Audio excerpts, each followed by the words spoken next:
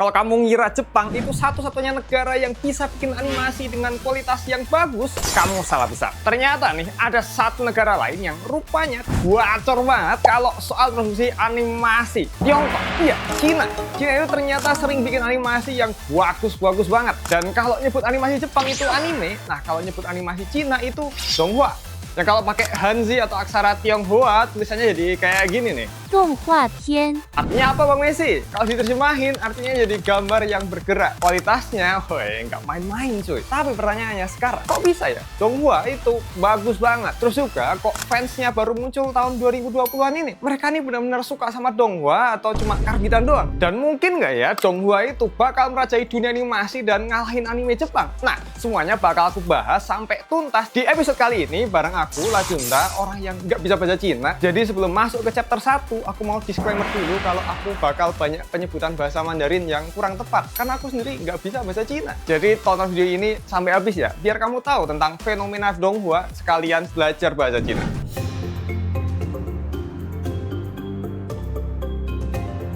Aku inget banget pas pertama kali nonton Donghua yang kukira anime Jepang. Tapi kok nama-namanya asing banget. Ceritanya juga beda banget sama anime-anime yang biasa aku tonton. Ternyata yang aku tonton itu Donghua. Dan dari situlah aku makin sering mantengin Donghua. Karena ternyata seru juga cuy. Ngomongin soal anime sama Donghua, kalau disandingin nih, sebenarnya stylenya itu emang mirip-mirip lah. Coba lihat cuplikan Donghua ini ya.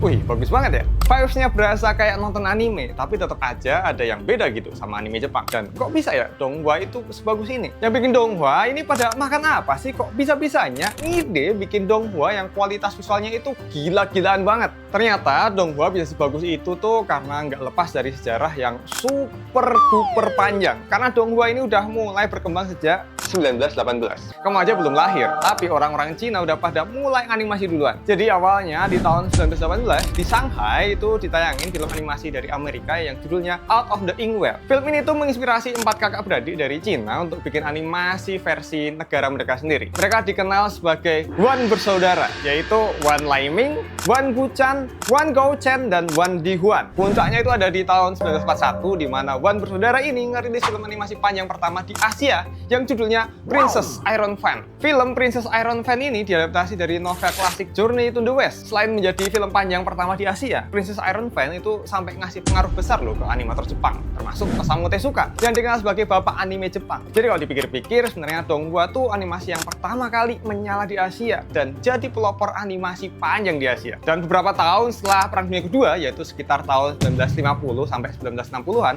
berdirilah Shanghai Animation Film Studio yang menjadi pelopor masa kemasan dunia animasi di Cina. Studio film ini juga yang berhasil bikin karya-karya mereka diakui secara internasional. Contohnya film When the Crow Black Coat yang dirilis tahun 1959 dan juga Havoc in Heaven yang rilis tahun 1960. Tapi sayangnya masa kemasan itu nggak berlangsung lama. Waktu masuk ke tahun 1966, Cina itu mengalami revolusi kebudayaan. Revolusi kebudayaan ini bikin Cina jadi kacau banget. Pemerintahnya saling ribut, rakyatnya tertekan, dan ekonominya jadi merosot banget. Ya kayak kita sekarang kan. Dan revolusi kebudayaan yang berlangsung selama 10 tahun itulah yang bikin banyak animator dipaksa berhenti berkarya. Film ditutup dan ngebikin produksi animasi jadi mati suri. Di tengah-tengah kekacauan itu, ternyata tetangga sebelah malah makin produktif bikin animasi. Jepang justru ngerilis animasi Doraemon pertama di tahun 1973 yang judulnya Yume no Machi Nobita Rando atau Kota Impian Nobita Land. Cina lagi chaos banget, Jepang malah makin ngerajain bikin animasi. Setelah melalui chaosnya revolusi kebudayaan, Shanghai Animation Film Studio kembali bangkit pelan-pelan dan mulai tuh buat bikin animasi lagi. Dan film karya Shanghai waktu itu ada Neza Conquers the Dragon King yang rampung digarap pada tahun 1979. Film ini tuh penting banget dalam sejarah animasi Cina karena Shanghai bisa buktiin kalau industri animasi di sana tuh belum punah. Dan karena kerja keras dari Shanghai, pemerintah Cina akhirnya buka mata. Pemerintah kebudayaan Cina ngasih penghargaan ke film Neza yang dibuat Cina itu sebagai Outstanding Fine Arts Film atau film seni rupa terbaik pada tahun 1979. Pemerintah setempat pun juga ikutan sadar dan mikir kalau kayaknya produksi animasi Cina itu penting banget ya buat branding negara mereka. Apalagi ngeliat Jepang yang industri animasinya udah jauh di depan ninggalin Cina. Pemerintah pun mulai mikir dengan kepala dingin dan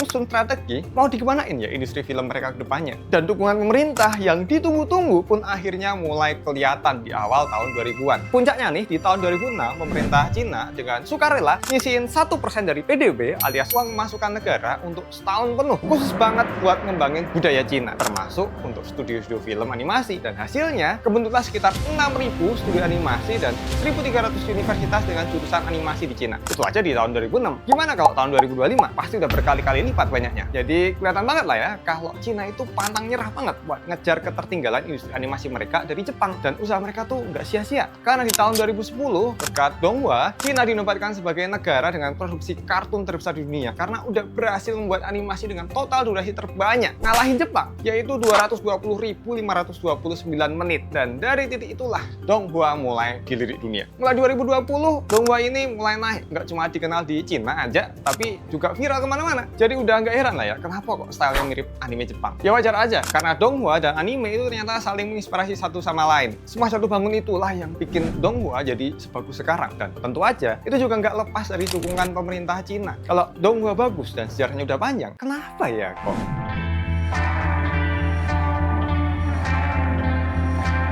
perjalanan Donghua untuk bisa jaya sampai sekarang itu memang lama banget. Hampir nyentuh 100 tahun biar bisa bangkit. Tapi kenapa ya fanfest-nya tuh baru kelihatan akhir-akhir ini? Kayak misal nih, tiba-tiba ada banyak grup dan fanspage di Facebook yang isinya fans-fans Donghua. Muncul juga thread-thread di X yang aktif banget bahas rekomendasi Donghua. Jawabannya sih simpel aja ya. Dulu sebelum tahun 2020-an, Donghua tuh susah banget buat diakses. Orang-orang bingung mau nonton Donghua di mana. Kalau penemu judul yang mau ditonton, nggak ada subtitlenya. Ya yang bisa nonton dan mahamin cerita Donghua ya cuma orang-orang yang udah paham bahasa Mandarin. Orang-orang jadi pada gak tahu kalau Donghua itu sebenarnya ada. Tapi kalau sekarang udah beda lagi ceritanya. Donghua sekarang ini udah mulai masuk ke banyak platform streaming kayak Bilibili, Iqiyi, WeTV, bahkan beberapa udah ada yang masuk ke Netflix. Nah, yang bikin makin rame adalah banyak dari Donghua ini udah dikasih subtitle. Bahkan ada juga yang dubbingnya Inggris. Jadi yang nonton pun tinggal nikmatin Donghuanya. Nggak perlu tuh yang namanya Google Translate sambil nonton. Makanya sekarang Donghua tuh pelan-pelan udah mulai dikenal sama orang-orang Indonesia, Malaysia, Thailand, sampai Amerika Serikat. Itu semua pada mulai tertarik sama Donghua. Selain makin gampang diakses, visual Donghua itu juga nggak cuma sebatas 2D aja, tapi ada 3D dan CGI-nya. Mau yang visualnya 2D kayak lukisan klasik Cina, ada cuy.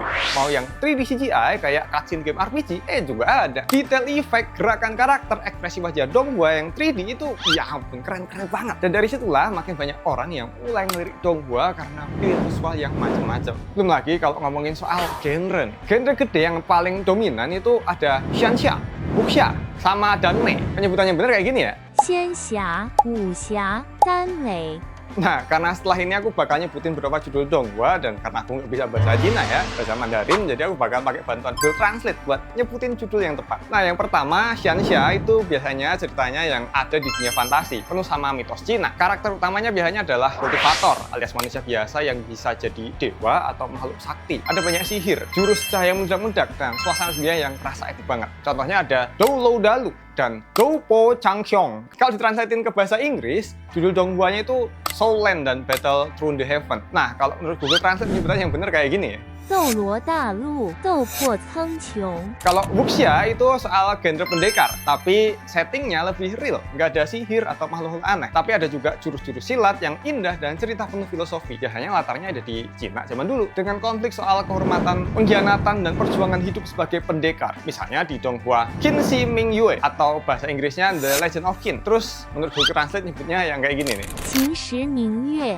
Nah, kemudian ada danmei. Danmei ini nih yang bikin cewek-cewek masuk ke dunia Donghua. Isinya romansa cowok sama cowok, walaupun kedengarannya agak gimana gitu ya. Tapi konflik batinnya oke. Yang tentang pengorbanan juga ada. Pertempurannya epic, sama latarnya itu megah di genre ini. Contohnya kayak Modao Zushi, atau kalau bahasa Inggrisnya jadi The Founder of Diabolism. Dan yang bikin makin menarik, semua genre itu bisa dikombo. Kayak xianxia plus wuxia, ada banget. Kayak Martial Universe. Danmei plus xianxia juga ada. Contohnya di Tianguan Shifu atau Heaven Official Blessing. Nah, dengan semua versi itu, terus animasi yang makin cantik dan makin gampang aksesnya buat nonton, gak heran dong kalau fans-fansnya Donghua dari luar Cina jadi makin kelihatan. Nah, buat kamu nih yang betah nonton Donghua berjam-jam, entah karena ceritanya seru, karakternya menarik, atau visualnya yang bikin mata betah, please banget jaga kesehatan matamu ya. Nah, yang buat sering nonton Donghua sampai tengah malam sambil rebahan biar mata nggak gampang capek, apalagi kalau udah larut malam nonton episode yang panjang, aku ada rekomendasi kacamata anti radiasi nih. Modelnya unisex, bisa dipakai cowok maupun cewek, dan ringan banget kalau dipakai lama-lama.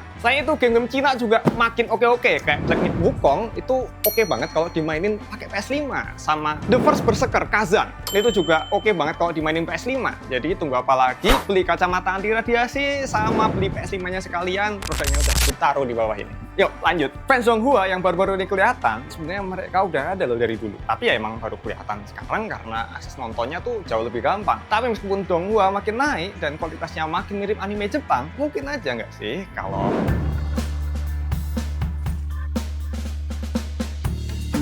sebenarnya kalau dibandingin antara 2D-nya Donghua sama anime itu emang kayak nggak ada bedanya ya. Tapi kalau dikulik lebih dalam nih, ternyata banyak banget yang bikin mereka beda. Salah satunya dari tema cerita yang diangkat. Anime Jepang sekarang tuh banyak ngebahas isekai atau genre santai kayak slice of life yang ceritanya tentang keseharian MC-nya. Nah, kalau di Donghua, tema mitos-mitos Cina dan dewa-dewaan itu udah kayak makanan sehari-hari. Alasannya karena Donghua sering jadiin alat penyebaran budaya Cina. Makanya banyak studio tuh lebih milih ngangkat cerita dari legenda lokal. Nah, itu di sana juga ada aturan ketat soal pembuatan animasi yang nggak boleh terlalu kejam dan vulgar. Jadi jangan heran kalau vibes Donghua kelihatan lebih sopan dibanding anime Jepang. Tapi jangan salah lo ya, meski tema dewa-dewaan itu dominan banget, bukan berarti genre lain nggak ada. Ada juga kok Donghua yang slice of life atau komedi. Cuma ya nggak seumum itu. Kalau soal pembuatan Donghua, ternyata animator dari Cina ini juga sama-sama punya pendekatan yang sama kayak animator Jepang, yaitu lebih sering adaptasi cerita-cerita dari karya yang udah ada, kayak dari novel, cerita web, dan manhwa alias komiknya Cina. Nah, dari kemiripan style dan kesamaan proses mencari ide,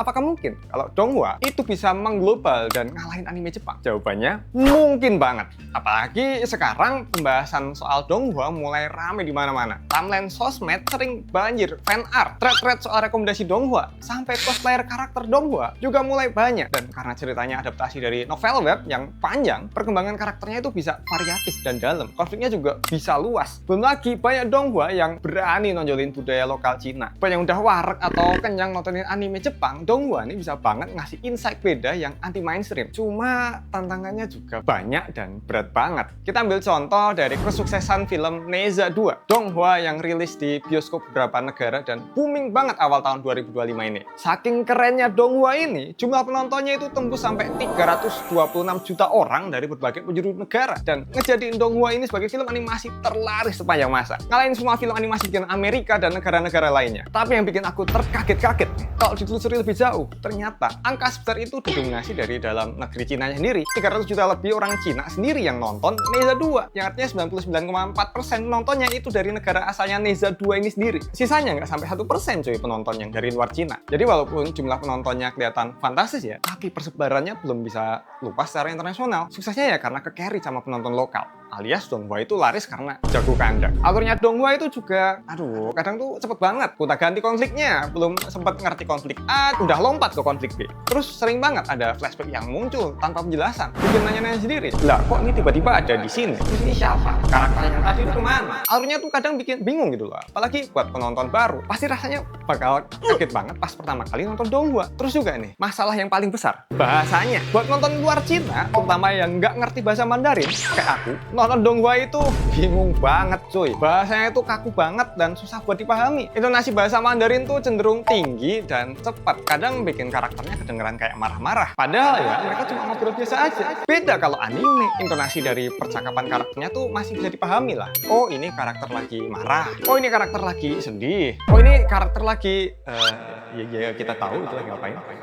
Dan cara banget tuh ada kosakata yang nempel di telinga. Beda kayak bahasa Jepang yang kosakatanya tuh gampang diterima telinga. Misalnya, konnichiwa, arigato, hai, ohayo, itadakimasu. Tapi di Cina, yang aku tahu cuma